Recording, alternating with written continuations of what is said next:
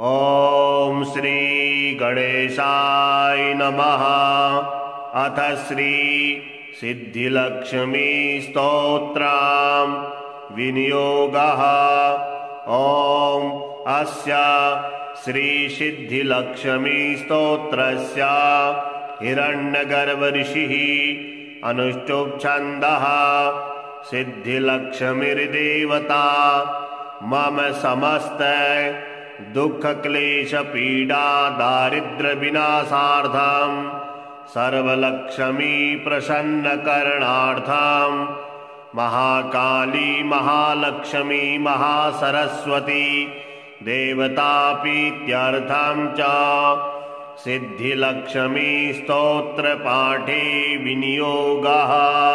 ब्राह्मीं च वैष्णवीं भद्रां षड्भुजां च चतुर्मुखां त्रिनेत्रां च त्रिशूलां च पद्मचक्रगदाधरां पीताम्बरधरां देवीं नानालङ्कारभूषितां तेजः पुञ्जधरां श्रेष्ठां ध्यायेत् बालकुमारिकाम्। ओंकारलक्ष्मीरूपेण विष्णोर्हृदयमव्ययां विष्णोमानन्दमध्यस्थां हिंकारबीजरूपिणी। ॐ क्लीं अमृतानन्दभद्रे सद्य आनन्ददायिनी। ॐ श्रीं दैत्यभक्षरदां शक्तिमालिनी शत्रुमर्दिनी तेजः प्रकाशिनी देवी वरदा शुभकारिणी। ब्राह्मी च वैष्णवी भद्रा कालिका रक्तशाम्भवी आकार ब्रह्मरूपेण ओंकारं विष्णुमव्ययां सिद्धिलक्ष्मी परालक्ष्मी लक्षलक्ष्मी नमोऽस्तुते। सूर्यकोटिप्रतीकाशां चन्द्रकोटिसमप्रभां तन्मध्ये निकरे सूक्ष्मां ब्रह्मरूपव्यवस्थिताम्। ओंकार परमानन्दं क्रियते सुखसम्पदा सर्वमङ्गलमाङ्गल्ये शिवे सर्वार्थसाधिके। प्रथमे त्र्यम्बका गौरी द्वितीये वैष्णवी तथा तृतीये कमला प्रोक्ता चतुर्थे सुरसुन्दरी पंचमे विष्णुपत्नी च षष्ठे च वैष्णवी तथा सप्तमे च वरारोहा अष्टमे वरदायिनी नवमे खड्गत्रिशूला दशमे देवदेवता एकादशे सिद्धिलक्ष्मीर्द्वादशे ललितात्मिका। एतत् स्तोत्रं पठन्तस्त्वां स्तुवन्ति भुवि मानवा सर्वोपद्रवमुक्तास्ते नात्र कार्या विचारणा। एकमासं द्विमासं वा त्रिमासं च चतुर्थकं पञ्चमासं च षण्मासं त्रिकालं यः पठेन्नरः ब्राह्मणाः क्लेशतो दुःखा दरिद्राः भयपीडिता जन्मान्तरसहस्रेषु मुच्यन्ते सर्वक्लेशतः। अलक्ष्मीर्लभ्यते लक्ष्मी अपुत्रः पुत्रमुत्तमं धनं यशस्यमायुष्यं वह्नि चौरभयेषु च साकनीभूतवेतालर सर्वव्याधिनिपातिके। राजद्वारे महाघोरे संग्रामे रिपुसंकटे सभास्थाने शमशाने च काराग्रे हारिबन्धने अशेषभय सम्प्राप्तौ सिद्धिलक्ष्मीं जपेन्नरः। ईश्वरेण कृतं स्तोत्रं प्राणिनां हितकारणं स्तुवन्ति ब्राह्मणः नित्यं दारिद्र्यं न च वर्धते। या श्रीः पद्मवने कदम्बशिखरे राजगृहे कुञ्जरे श्वेते चाश्वयुते वृषे च युगले यज्ञे च युपस्थिते सङ्घे देवकुले नरेन्द्रभवने गङ्गातटे गोकुले सा श्रीस्तिष्ठतु सर्वदा मम गृहे भूयात् सदा निश्चला। ब्राह्मीं च वैष्णवीं भद्रां षड्भुजां च चतुर्मुखां त्रिनेत्रां च त्रिशूलां च पद्मचक्रगदाधरां पीताम्बरधरां देवीं नानालङ्कारभूषितां तेजः पुञ्जधरां श्रेष्ठां ध्यायेत् बालकुमारिकाम्। ओङ्कारलक्ष्मीरूपेण विष्णोर्हृदयमव्ययाम् विष्णोमानन्दमध्यस्थां हिङ्कारबीजरूपिणी। ॐ क्लीं अमृतानन्दभद्रे सद्य आनन्ददायिनी। ॐ श्रीं दैत्यभक्षरदां शक्तिमालिनी शत्रुमर्दिनी तेजः प्रकाशिनी देवी वरदा शुभकारिणी। ब्राह्मी च वैष्णवी भद्रा कालिका रक्तशाम्भवी आकार ब्रह्मरूपेण ओङ्कारं विष्णुमव्ययाम् सिद्धिलक्ष्मी परालक्ष्मी लक्षलक्ष्मी नमोऽस्तु ते। सूर्यकोटिप्रतीकाशां चन्द्रकोटिसमप्रभां तन्मध्ये निकरे सूक्ष्मां ब्रह्मरूपव्यवस्थिताम् ओङ्कार परमानन्दं क्रियते सुखसम्पदा।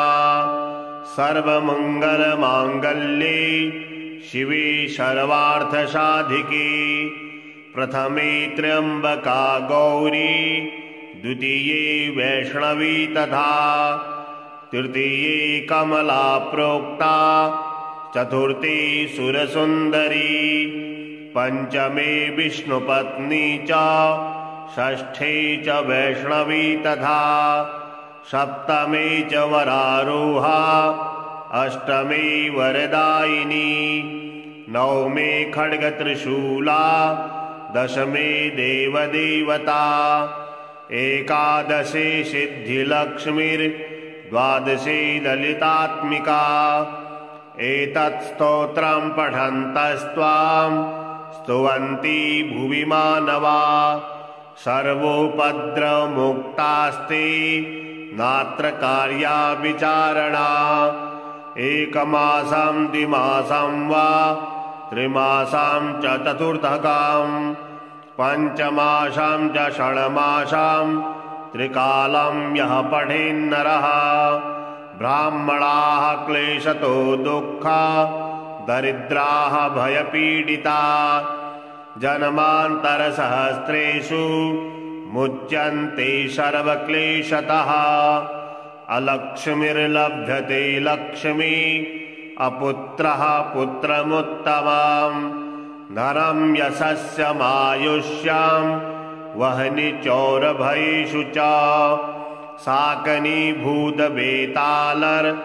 सर्वव्याधिनिपातिके राजद्वारे महाघोरे संग्रामे रिपुसङ्कटे सभास्थाने शमशाने च काराग्रे हारिबन्धने अशेषभय सम्प्राप्तौ सिद्धिलक्ष्मीं जपेन्नरः ईश्वरेण कृतं स्तोत्रं प्राणिनां हितकारणं स्तुवन्ति ब्राह्मणः नित्यं दारिद्र्यं न च वर्धते।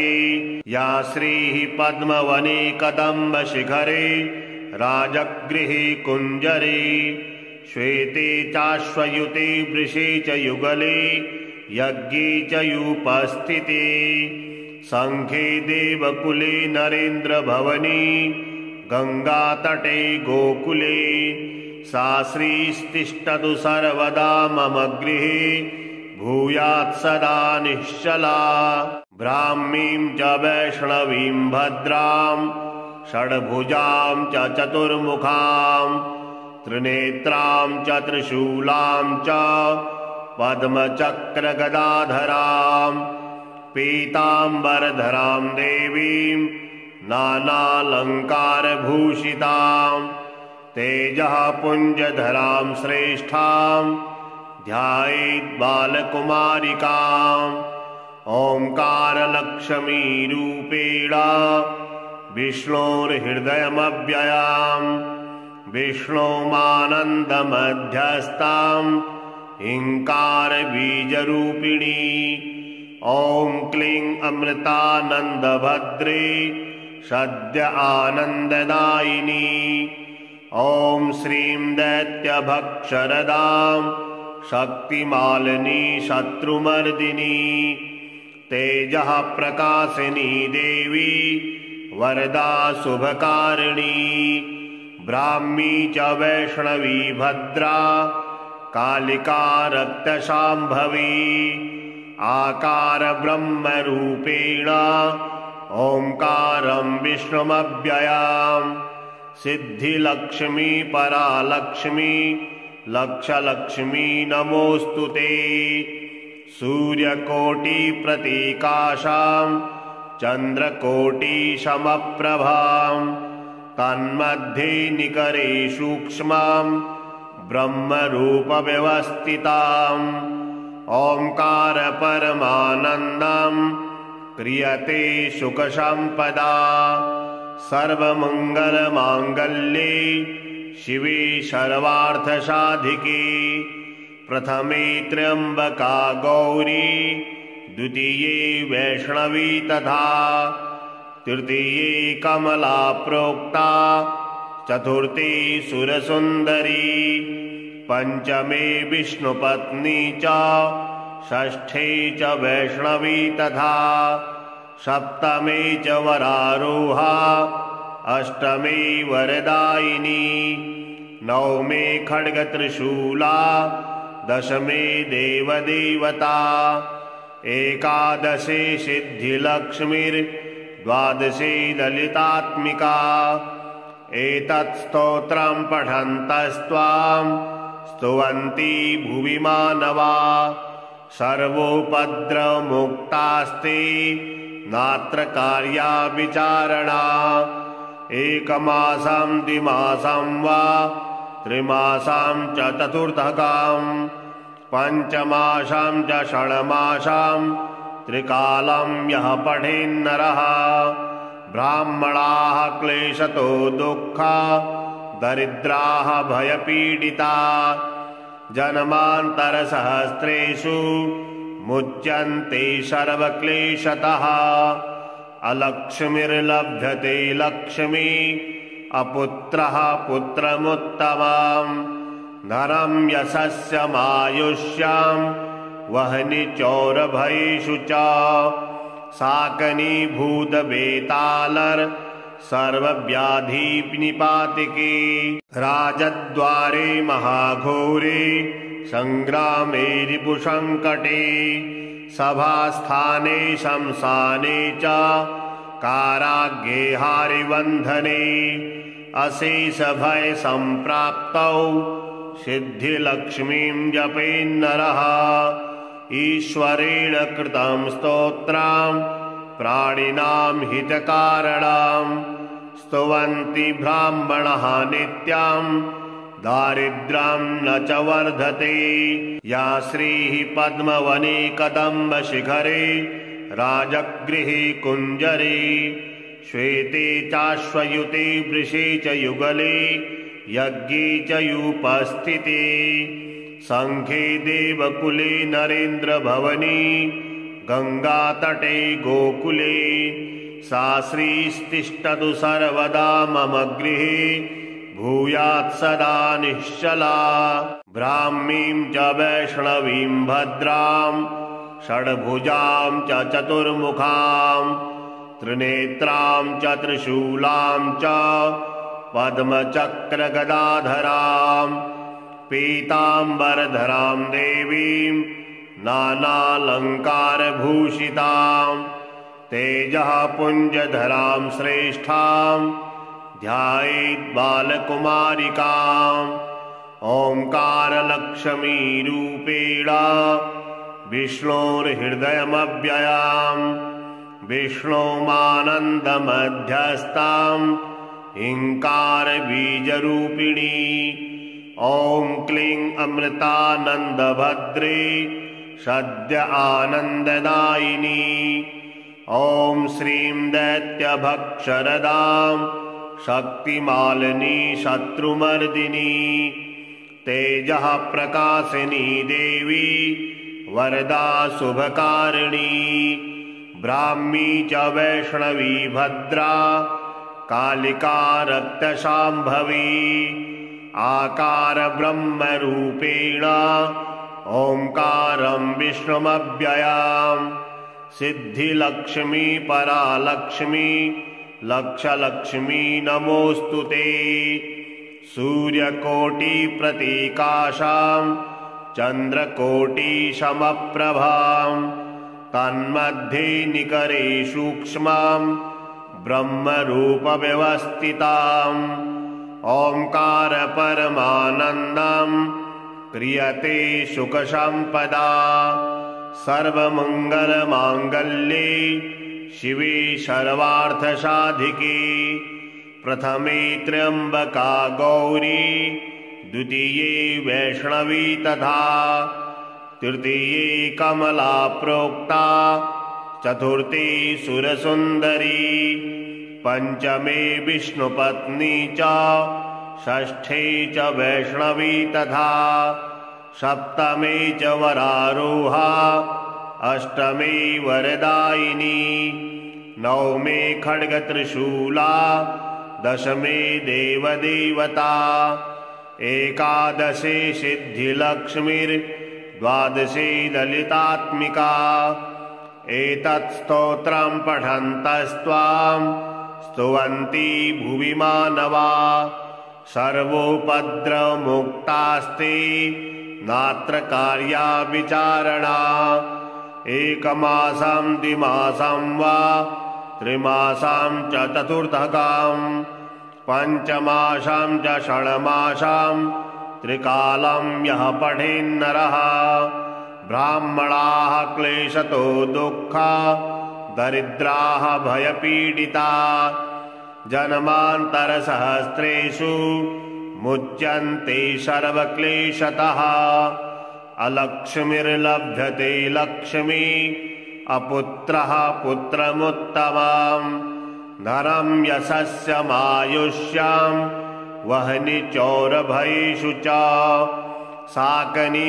साकनीभूतवेतालर सर्वव्याधिनिपातिके राजद्वारे महाघोरे संग्रामे रिपुसंकटे सभास्थाने शमशाने च काराग्रे हारिबन्धने अशेषभय सम्प्राप्तौ सिद्धिलक्ष्मीं जपेन्नरः ईश्वरेण कृतं स्तोत्रं प्राणिनां हितकारणं स्तुवन्ति ब्राह्मणः नित्यं दारिद्र्यं न च वर्धते या श्रीः पद्मवने कदम्बशिखरे राजगृहे कुञ्जरे श्वेते चाश्वयुते वृषे च युगले यज्ञे च युपस्थिते संघे देवकुले नरेन्द्रभवने गंगातटे गोकुले सा श्रीस्तिष्ठतु सर्वदा मम गृहे भूयात् सदा निश्चला ब्राह्मीं च वैष्णवीं भद्रां षड्भुजां च चतुर्मुखां त्रिनेत्रां च त्रिशूलां च पद्मचक्रगदाधरां पीताम्बरधरां देवीं नानालङ्कारभूषितां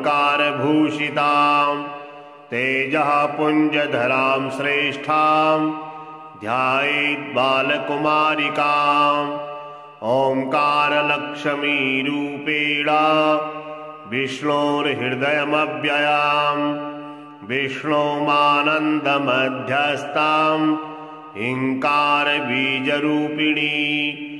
ॐ क्लीं अमृतानन्दभद्रे सद्य आनन्ददायिनी ॐ श्रीं दैत्यभक्षरदां शक्तिमालिनी शत्रुमर्दिनी तेजः प्रकाशिनी देवी वरदा शुभकारिणी ब्राह्मी च वैष्णवी भद्रा कालिका रक्तशाम्भवी आकार ब्रह्मरूपेण ओङ्कारं विष्णुमव्ययाम् सिद्धिलक्ष्मी परालक्ष्मी लक्षलक्ष्मी नमोऽस्तु ते सूर्यकोटिप्रतीकाशां चन्द्रकोटिसमप्रभां तन्मध्ये निकरे सूक्ष्मां ब्रह्मरूपव्यवस्थिताम् ओङ्कार परमानन्दं क्रियते सुखसम्पदा सर्वमङ्गलमाङ्गल्ये शिवे सर्वार्थसाधिके प्रथमे त्र्यम्बका गौरी द्वितीये वैष्णवी तथा तृतीये कमला प्रोक्ता चतुर्थी सुरसुन्दरी पंचमे विष्णुपत्नी च षष्ठे च वैष्णवी तथा सप्तमे च वरारोहा अष्टमे वरदायिनी नवमे खड्गत्रिशूला दशमे देवदेवता एकादशे सिद्धिलक्ष्मीर्द्वादशे ललितात्मिका एतत् स्तोत्रं पठन्तस्त्वां स्तुवन्ति भुवि मानवा सर्वोपद्रवमुक्तास्ते नात्र कार्या विचारणा एकमासं द्विमासं वा त्रिमासं च चतुर्थकां पञ्चमासं च षण्मासं त्रिकालं यः पठेन्नरः ब्राह्मणाः क्लेशतो दुःखा दरिद्राः भयपीडिता जन्मान्तरसहस्रेषु मुच्यन्ते सर्वक्लेशतः अलक्ष्मीर्लभ्यते लक्ष्मी अपुत्रः पुत्रमुत्तमम् धनं यशस्यमायुष्यं वह्नि चौरभयेषु च साकनीभूतवेतालर सर्वव्याधिनिपातिके राजद्वारे महाघोरे संग्रामे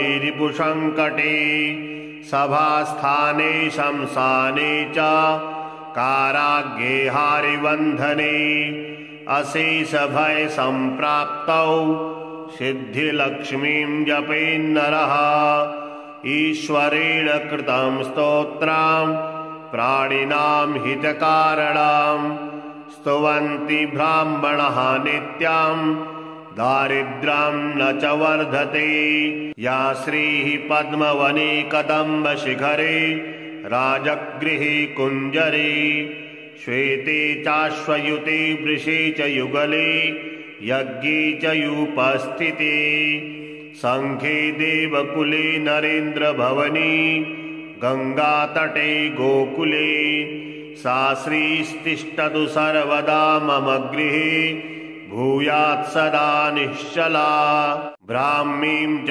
वैष्णवीं भद्रां षड्भुजां च चतुर्मुखां त्रिनेत्रां च त्रिशूलां च पद्मचक्रगदाधरां पीताम्बरधरां देवीं नानालङ्कारभूषितां तेजः पुञ्जधरां श्रेष्ठां ध्यायेत् बालकुमारिकाम् ओङ्कारलक्ष्मीरूपेण विष्णोर्हृदयमव्ययाम् विष्णोमानन्दमध्यस्थाम् ह्रीङ्कारबीजरूपिणी ॐ क्लीं अमृतानन्दभद्रे सद्य आनन्ददायिनी। ॐ श्रीं दैत्यभक्षरदां शक्तिमालिनी शत्रुमर्दिनी तेजः प्रकाशिनी देवी वरदा शुभकारिणी। ब्राह्मी च वैष्णवी भद्रा कालिका रक्तशाम्भवी आकार ब्रह्मरूपेण ओंकारं विष्णुमव्ययां। सिद्धिलक्ष्मी परालक्ष्मी लक्षलक्ष्मी नमोऽस्तुते। सूर्यकोटिप्रतीकाशां चन्द्रकोटिसमप्रभां तन्मध्ये निकरे सूक्ष्मां ब्रह्मरूपव्यवस्थिताम्। ओंकार परमानन्दं क्रियते सुखसम्पदा। सर्वमङ्गलमाङ्गल्ये शिवे सर्वार्थसाधिके। प्रथमे त्र्यम्बका गौरी द्वितीये वैष्णवी तथा तृतीये कमला प्रोक्ता चतुर्थी सुरसुन्दरी पंचमे विष्णुपत्नी च षष्ठे च वैष्णवी तथा सप्तमे च वरारोहा अष्टमे वरदायिनी नवमे खड्गत्रिशूला दशमे देवदेवता एकादशे सिद्धिलक्ष्मीर्द्वादशे ललितात्मिका। एतत् स्तोत्रं पठन्तस्त्वां स्तुवन्ति भुवि मानवा सर्वोपद्रवमुक्तास्ते नात्र कार्या विचारणा। एकमासं द्विमासं वा त्रिमासं च चतुर्थकं पञ्चमासं च षण्मासं त्रिकालं यः पठेन्नरः ब्राह्मणाः क्लेशतो दुःखा दरिद्राः भयपीडिता जन्मान्तरसहस्रेषु मुच्यन्ते सर्वक्लेशतः। अलक्ष्मीर्लभ्यते लक्ष्मी अपुत्रः पुत्रमुत्तमम् धनं यशस्यमायुष्यं वह्नि चौरभयेषु च साकनीभूतवेतालर सर्वव्याधिनिपातिके।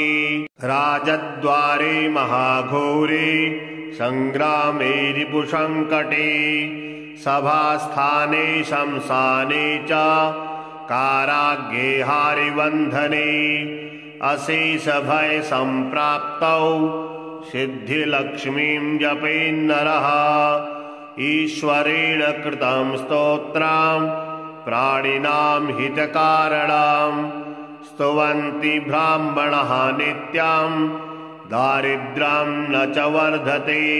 या श्रीः पद्मवने कदम्बशिखरे राजगृहे कुञ्जरे श्वेते चाश्वयुते वृषे च युगले यज्ञे च युपस्थिते संघे देवकुले नरेन्द्रभवने गङ्गातटे गोकुले सा श्रीस्तिष्ठतु सर्वदा मम गृहे भूयात् सदा निश्चला। ब्राह्मीं च वैष्णवीं भद्रां षड्भुजां च चतुर्मुखां त्रिनेत्रां च त्रिशूलां च पद्मचक्रगदाधरां पीताम्बरधरां देवीं नानालङ्कारभूषितां तेजः पुञ्जधरां श्रेष्ठां ध्यायेत् बालकुमारिकाम्। ओंकारलक्ष्मीरूपेण विष्णोर्हृदयमव्ययां विष्णोमानन्दमध्यस्थां हिंकारबीजरूपिणी।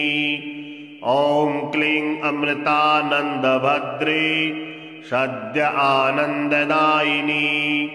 ॐ श्रीं दैत्यभक्षरदां शक्तिमालिनी शत्रुमर्दिनी तेजः प्रकाशिनी देवी वरदा शुभकारिणी।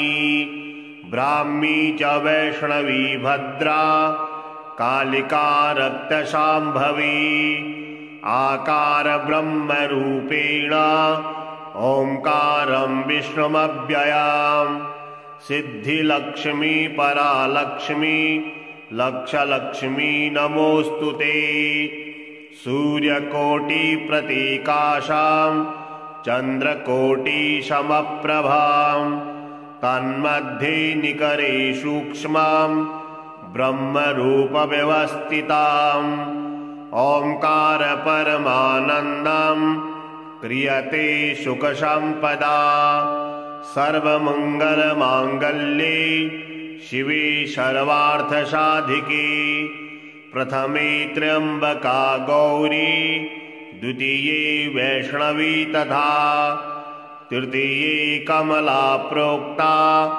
चतुर्थी सुरसुन्दरी पंचमे विष्णुपत्नी च षष्ठे च वैष्णवी तथा सप्तमे च वरारोहा अष्टमे वरदायिनी नवमे खड्गत्रिशूला दशमे देवदेवता एकादशे सिद्धिलक्ष्मीर्द्वादशे ललितात्मिका एतत् स्तोत्रं पठन्तस्त्वां स्तुवन्ति भुवि मानवा सर्वोपद्रवमुक्तास्ते नात्र कार्या विचारणा एकमासं द्विमासं वा त्रिमासं च चतुर्थकां पञ्चमासं च षण्मासं त्रिकालं यः पठेन्नरः ब्राह्मणाः क्लेशतो दुःखा दरिद्राः भयपीडिता जन्मान्तरसहस्रेषु मुच्यन्ते सर्वक्लेशतः अलक्ष्मीर्लभ्यते लक्ष्मी अपुत्रः पुत्रमुत्तमम् धनं यशस्यमायुष्यां वह्नि चौरभयेषु च साकनीभूतवेतालर सर्वव्याधिनिपातिके राजद्वारे महाघोरे संग्रामे रिपुसंकटे सभास्थाने शमशाने च काराग्रे हारिबन्धने अशेषभय सम्प्राप्तौ सिद्धिलक्ष्मीं जपेन्नरः ईश्वरेण कृतं स्तोत्रं प्राणिनां हितकारणं स्तुवन्ति ब्राह्मणः नित्यं दारिद्र्यं न च वर्धते या श्रीः पद्मवने कदम्बशिखरे राजगृहे कुञ्जरे श्वेते चाश्वयुते वृषे च युगले यज्ञे च युपस्थिते संघे देवकुले नरेन्द्रभवने गंगातटे गोकुले सा श्रीस्तिष्ठतु सर्वदा मम गृहे भूयात् सदा निश्चला ब्राह्मीं च वैष्णवीं भद्रां षड्भुजां च चतुर्मुखां त्रिनेत्रां च त्रिशूलां च पद्मचक्रगदाधरां पीताम्बरधरां देवीं नानालङ्कारभूषितां तेजः पुञ्जधरां श्रेष्ठां ध्यायेत् बालकुमारिकाम् ओंकारलक्ष्मीरूपेण विष्णोर्हृदयमव्ययाम् विष्णोमानन्दमध्यस्थां हिंकारबीजरूपिणी ॐ क्लीं अमृतानन्दभद्रे सद्य आनन्ददायिनी ॐ श्रीं दैत्यभक्षरदां शक्तिमालिनी शत्रुमर्दिनी तेजः प्रकाशिनी देवी वरदा शुभकारिणी ब्राह्मी च वैष्णवी भद्रा कालिका रक्तशाम्भवी आकार ब्रह्मरूपेण ओंकारं विष्णुमव्ययाम् सिद्धिलक्ष्मी परालक्ष्मी लक्षलक्ष्मी नमोऽस्तु ते सूर्यकोटिप्रतीकाशां चन्द्रकोटिसमप्रभां तन्मध्ये निकरे सूक्ष्मां ब्रह्मरूपव्यवस्थिताम् ओंकार परमानन्दं क्रियते सुखसम्पदा सर्वमङ्गलमाङ्गल्ये शिवे सर्वार्थसाधिके प्रथमे त्र्यम्बका गौरी द्वितीये वैष्णवी तथा तृतीये कमला प्रोक्ता चतुर्थी सुरसुन्दरी पंचमे विष्णुपत्नी च षष्ठे च वैष्णवी तथा सप्तमे च वरारोहा अष्टमे वरदायिनी नवमे खड्गत्रिशूला दशमे देवदेवता एकादशे सिद्धिलक्ष्मीर्द्वादशे ललितात्मिका एतत् स्तोत्रं पठन्तस्त्वां स्तुवन्ति भुवि मानवा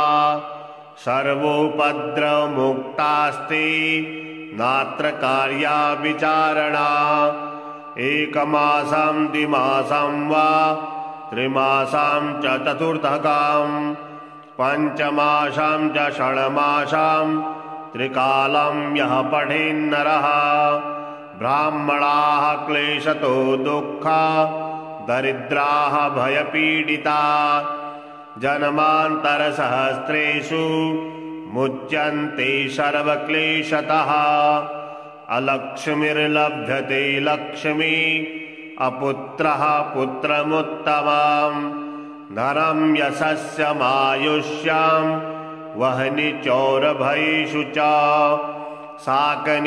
साकनीभूतवेतालर सर्वव्याधिनिपातिके राजद्वारे महाघोरे संग्रामे रिपुसंकटे सभास्थाने शमशाने च काराग्रे हारिबन्धने अशेषभय सम्प्राप्तौ सिद्धिलक्ष्मीं जपेन्नरः ईश्वरेण कृतं स्तोत्रं प्राणिनां हितकारणं स्तुवन्ति ब्राह्मणः नित्यं दारिद्र्यं न च वर्धते या श्रीः पद्मवने कदम्बशिखरे राजगृहे कुञ्जरे श्वेते चाश्वयुते वृषे च युगले यज्ञे च युपस्थिते संघे देवकुले नरेन्द्रभवने गंगातटे गोकुले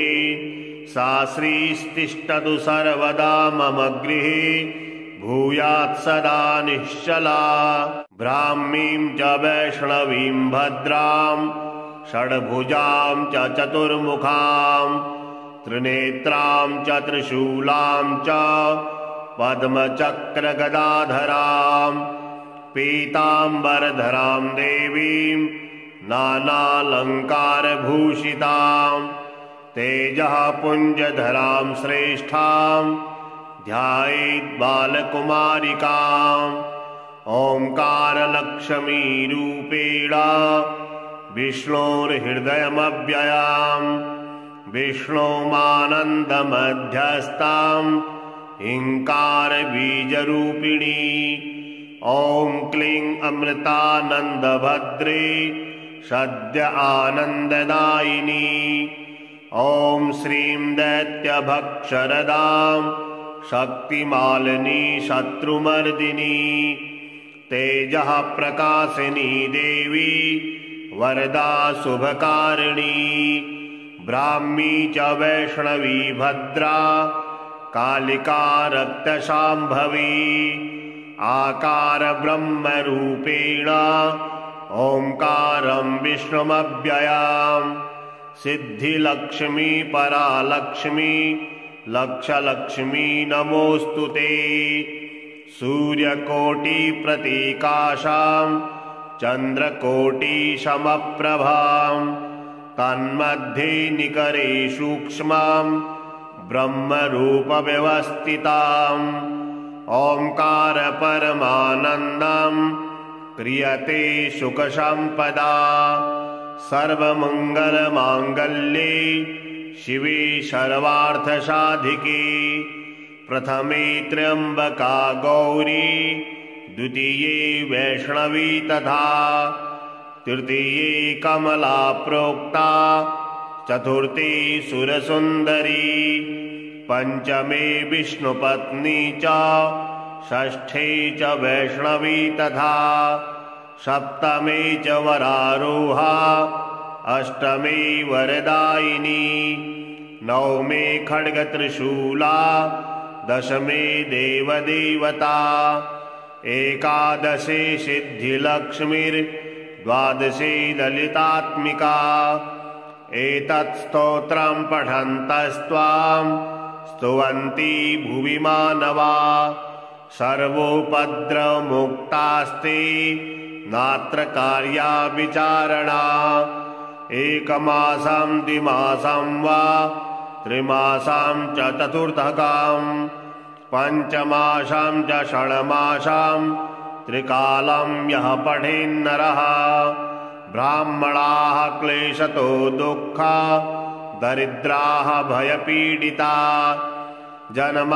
जन्मान्तरसहस्रेषु मुच्यन्ते सर्वक्लेशतः अलक्ष्मीर्लभ्यते लक्ष्मी अपुत्रः पुत्रमुत्तमम् धनं यशस्यमायुष्यं वह्नि चौरभयेषु च साकनीभूतवेतालर सर्वव्याधिनिपातिके राजद्वारे महाघोरे संग्रामे रिपुसंकटे सभास्थाने शमशाने च काराग्रे हारिबन्धने अशेषभय सम्प्राप्तौ सिद्धिलक्ष्मीं जपेन्नरः ईश्वरेण कृतं स्तोत्रं प्राणिनां हितकारणं स्तुवन्ति ब्राह्मणः नित्यं दारिद्र्यं न च वर्धते